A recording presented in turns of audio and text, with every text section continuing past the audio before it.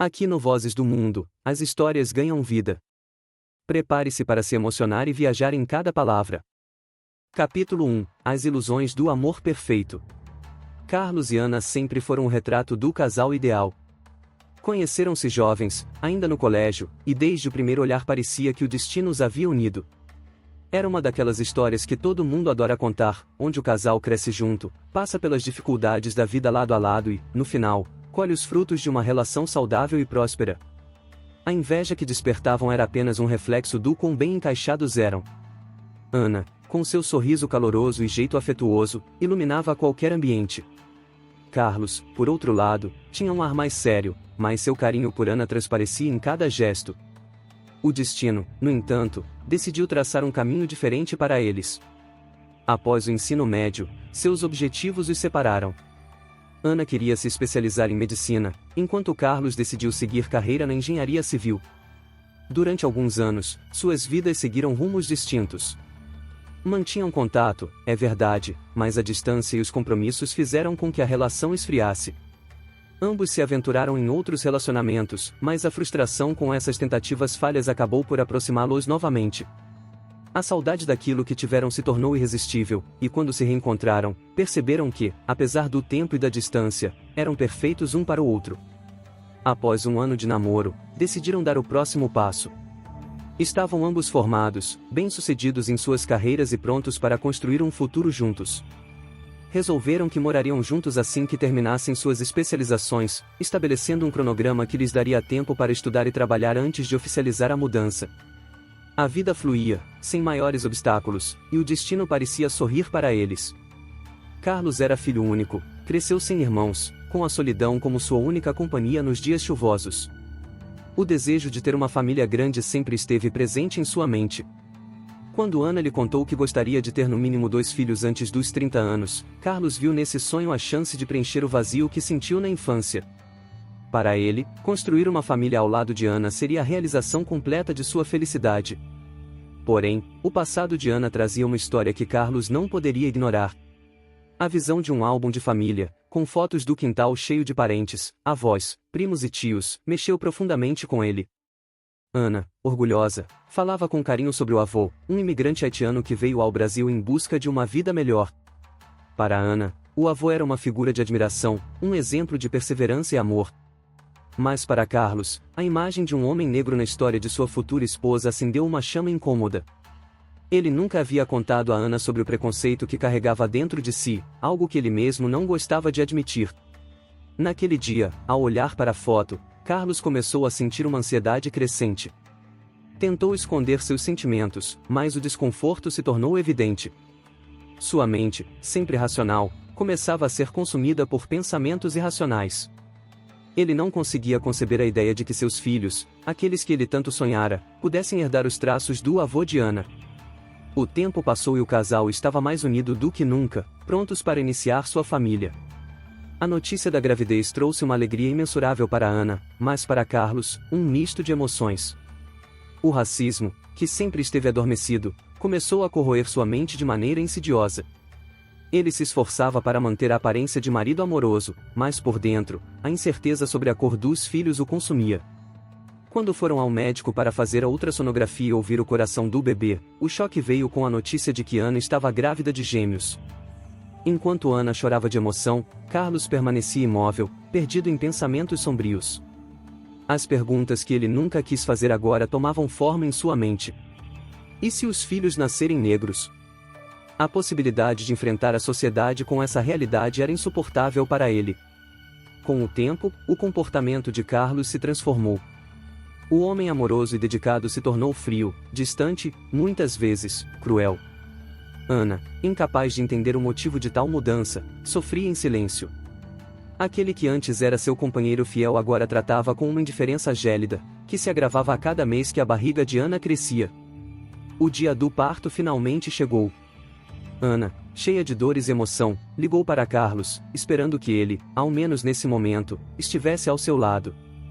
Mas a resposta que recebeu foi um grito furioso: logo agora? Estou trabalhando. Carlos só decidiu levá-la ao hospital após muito insistir. Na sala de parto, enquanto Ana se preparava para dar à luz, Carlos estava ausente, mergulhado em seus pensamentos. O nascimento da primeira filha, Clara, trouxe um alívio momentâneo. Clara era branca, como ele sempre imaginara. Mas quando o médico anunciou o nascimento do segundo filho, Ricardo, tudo mudou. O bebê, menor e frágil, nasceu com a pele escura, herdando os traços do avô de Ana. Carlos, incapaz de controlar o preconceito enraizado, recusou-se a segurar o filho, chamando-o de coisa suja. Saiu correndo da sala, deixando Ana e os médicos atônitos. Ana, ainda confusa e abalada, olhou para o pequeno Ricardo em seus braços. Ele era lindo, forte, e emanava uma luz que parecia aquecer seu coração. O que deveria ter sido o momento mais feliz de sua vida estava envolto em uma nuvem de dor e desilusão. E agora, enquanto segurava seus dois filhos, Ana sabia que o amor que sentia por eles era maior do que qualquer preconceito que Carlos pudesse ter.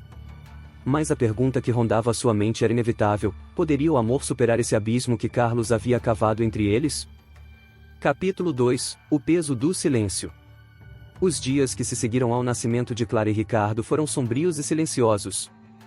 Carlos não voltou ao hospital depois de sua explosão no dia do parto, deixando Ana sozinha para lidar com os médicos, as enfermeiras, e acima de tudo, com seus sentimentos conflitantes.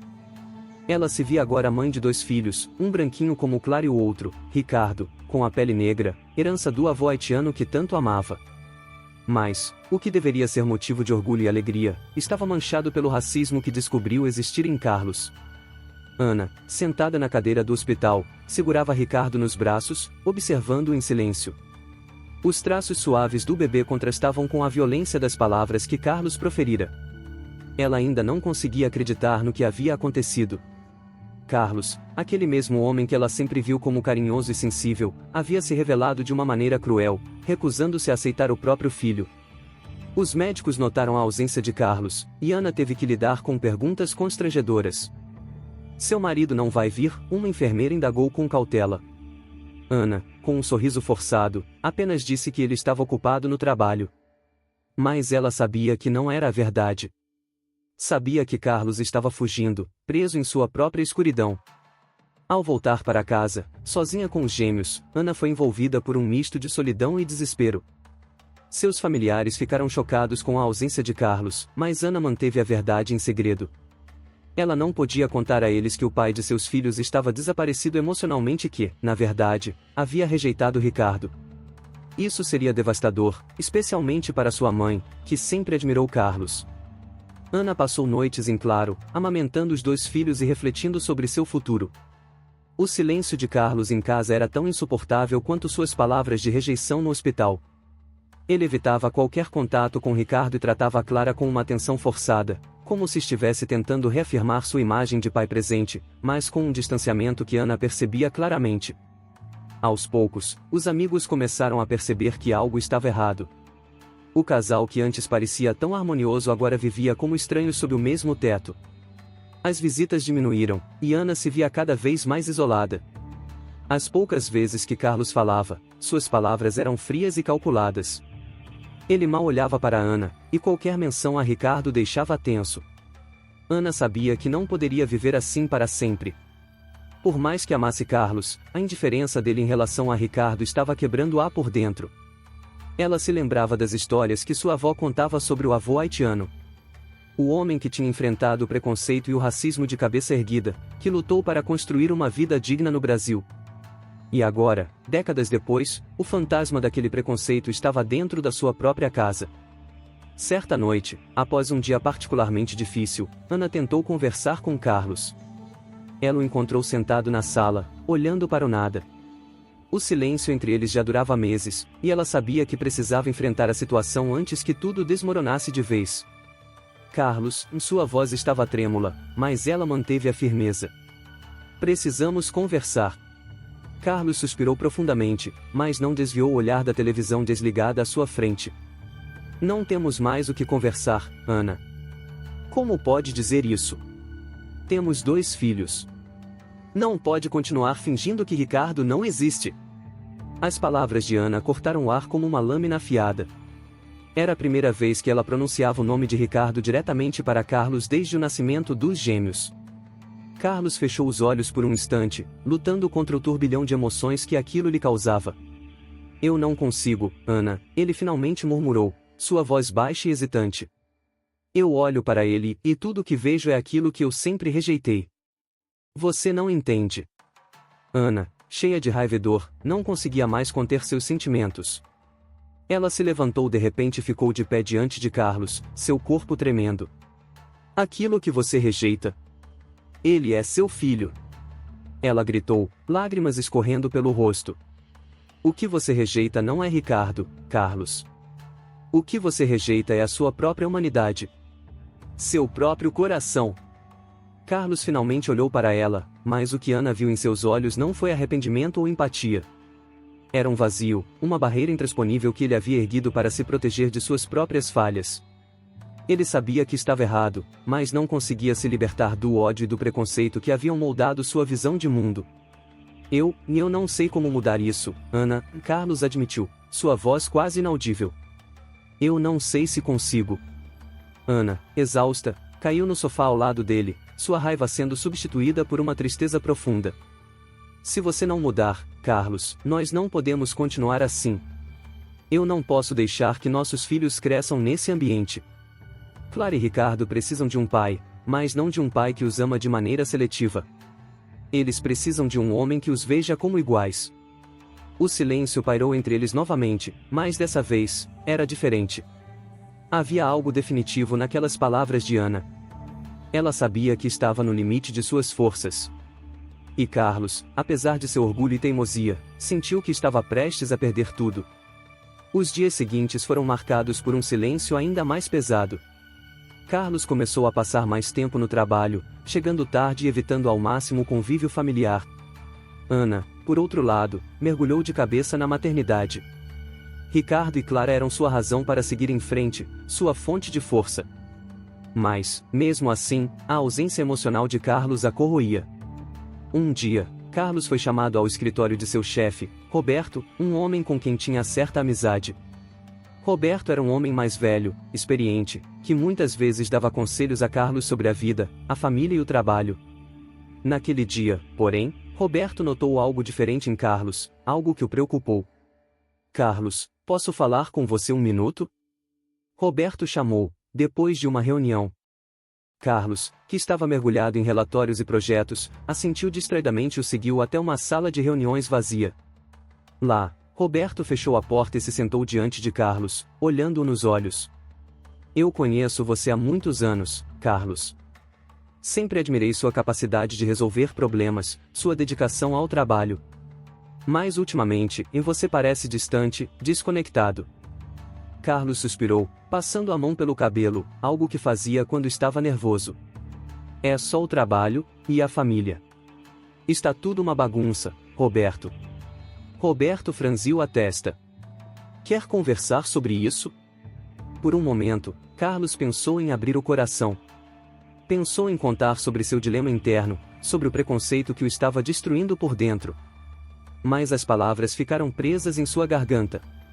Eu estou tentando resolver as coisas. Só preciso de tempo, ele mentiu, sentindo o peso do silêncio cair sobre ele novamente. Roberto, um homem sábio, não pressionou mais. Mas deixou claro que estava ali, se Carlos precisasse. E isso, de certa forma, fez com que Carlos percebesse que não estava tão sozinho quanto pensava. Ele só precisava decidir se estava disposto a enfrentar seus próprios demônios. As semanas se passaram, e o distanciamento de Carlos com relação à sua família continuou. Mas, uma noite, algo aconteceu que abalou suas fundações. Ele chegou em casa tarde, como de costume, e encontrou Ana no quarto de Clara e Ricardo. A porta estava entreaberta, e ele podia ouvir a voz suave de Ana cantando uma canção de ninar para os dois. Carlos ficou parado do lado de fora, ouvindo as palavras suaves de Ana. Sua voz era reconfortante, cheia de amor e ternura, como sempre fora. Mas, de alguma forma, a percepção de que Ana estava sozinha nessa jornada de maternidade o atingiu com força total. Ali, naquele momento, Carlos percebeu que estava perdendo mais do que imaginava. Não apenas sua família, mas a chance de ser o homem que sempre quis ser, alguém que poderia vencer seus medos e preconceitos. O que ele faria com essa percepção? Essa era a pergunta que Carlos teria que responder. E a resposta definiria o destino de sua família. Capítulo 3 – A confrontação da verdade. Os dias que se seguiram àquela noite em que Carlos ouviu Ana cantando para os filhos trouxeram consigo uma inquietude crescente. Algo em seu interior havia sido desperto, algo que ele vinha ignorando desde o nascimento de Ricardo e Clara. A percepção de que estava perdendo sua família o assombrava constantemente, mas, ao mesmo tempo, o medo de encarar sua própria falha moral o paralisava. Ele queria voltar para o mundo de antes, onde tudo parecia mais simples, onde não tinha que confrontar as camadas mais sombrias de si mesmo. Ana, por sua vez, sentia a distância de Carlos crescer cada vez mais. Embora cuidasse de Clara e Ricardo com todo o amor que tinha, a ausência emocional do marido era um fardo insuportável. Ela se recusava a acreditar que a situação fosse reversível, mas sabia que algo precisava mudar, e rápido. Ana passou noites refletindo sobre sua vida, sobre como o preconceito, que ela nunca imaginou ser tão presente em sua casa, poderia destruir tudo o que eles construíram juntos. Uma tarde, depois de uma visita ao pediatra com as crianças, Ana tomou uma decisão. Não poderia mais viver assim, presa em um casamento de aparências, onde seu marido rejeitava um dos próprios filhos.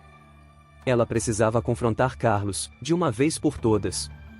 Quando Carlos chegou do trabalho naquela noite, o silêncio entre eles era palpável. Ana observou entrar, mais uma vez sem olhar para Ricardo, que brincava no tapete da sala. Clara estava dormindo no berço, e a cena da família desajustada se desenrolava com uma sensação de tragédia iminente. Mas naquela noite, Ana estava decidida. Não haveria mais silêncio. Carlos, ela disse, em um tom calmo, mas firme. Precisamos conversar. Carlos, já familiarizado com aquele pedido, sentiu o estômago revirar. Sabia que não poderia fugir para sempre, mas a ideia de enfrentar a verdade o enchia de pavor.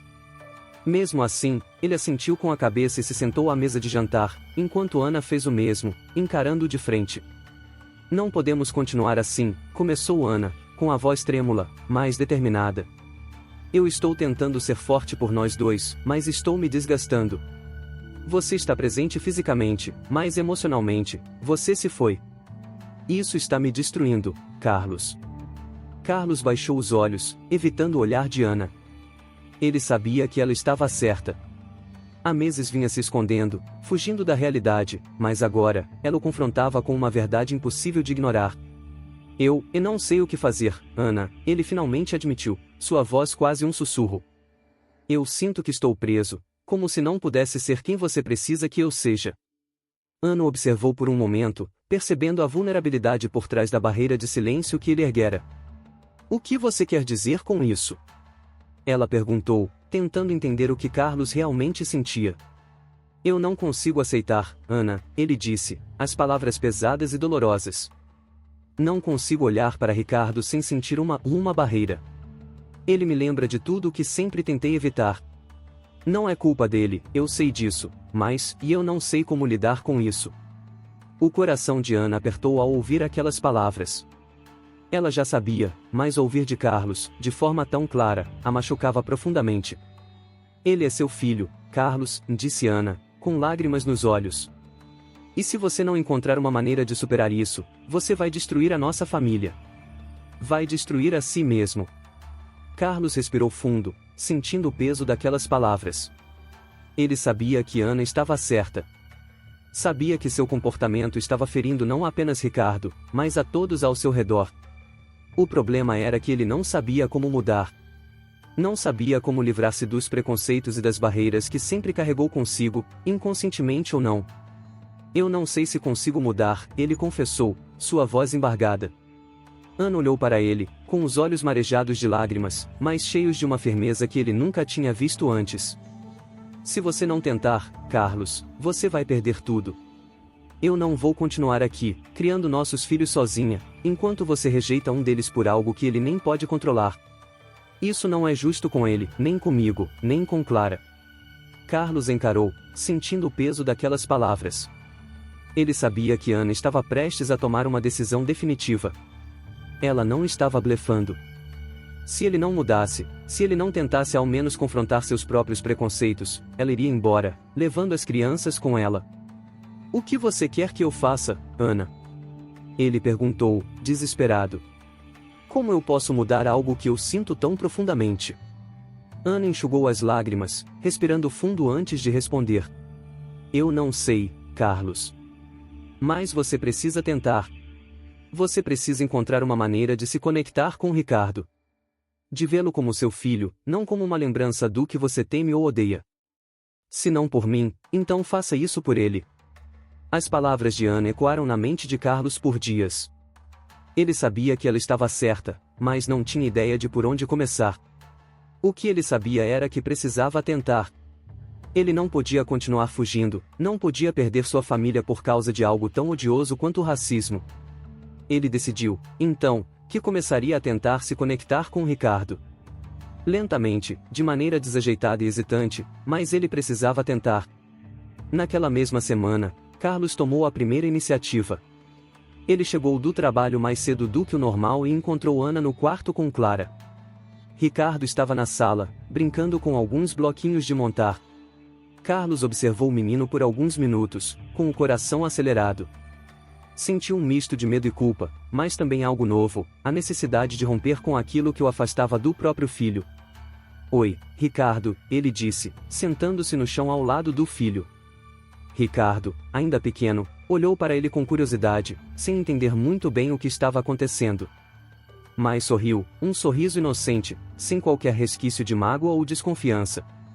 Carlos sentiu um nó na garganta. Como ele pôde, por tanto tempo, rejeitar aquele pequeno ser que era parte de si? Ele pegou um dos bloquinhos e começou a brincar com o filho, de forma desajeitada, sem saber muito bem o que fazer ou dizer. Mas, pela primeira vez, sentiu que estava tentando. Que, de alguma maneira, estava dando o primeiro passo.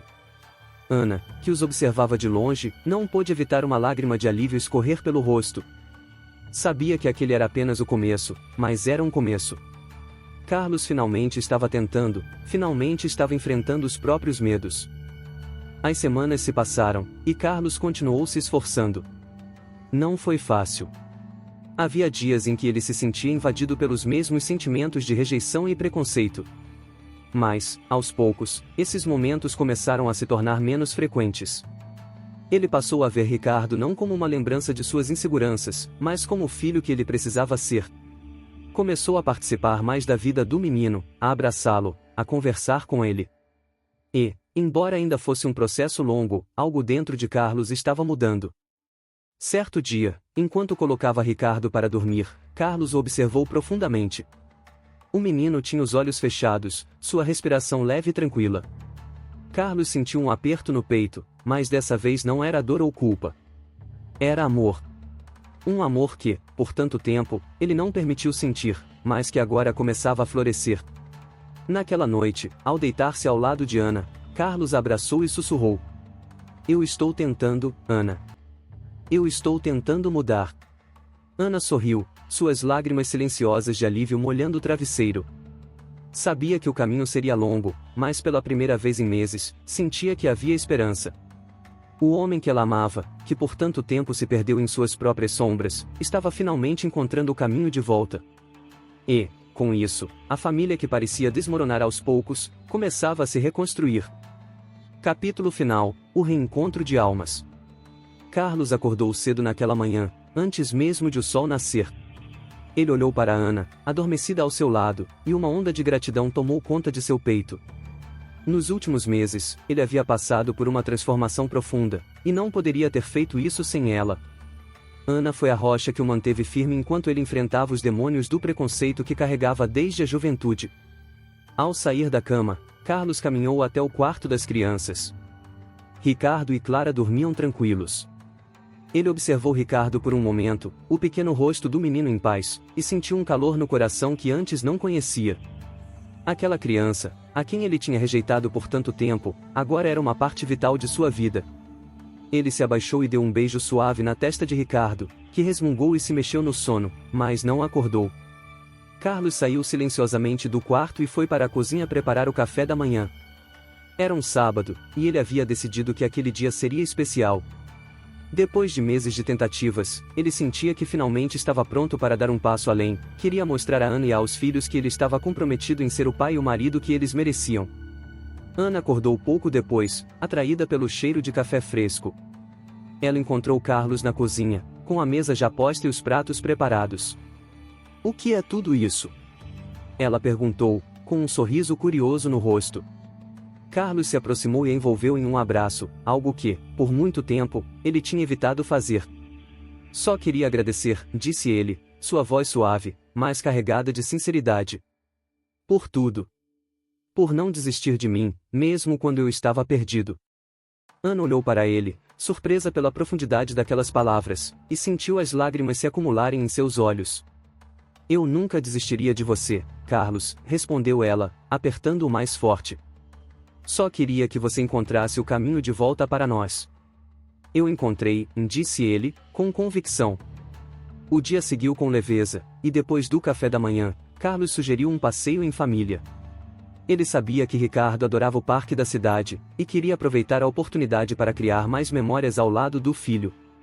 O passeio foi tranquilo, com Clara rindo alegremente no balanço e Ricardo correndo ao redor com uma energia infinita. Carlos, pela primeira vez, se permitiu participar completamente da vida de sua família, sem as sombras do passado nublando seus pensamentos.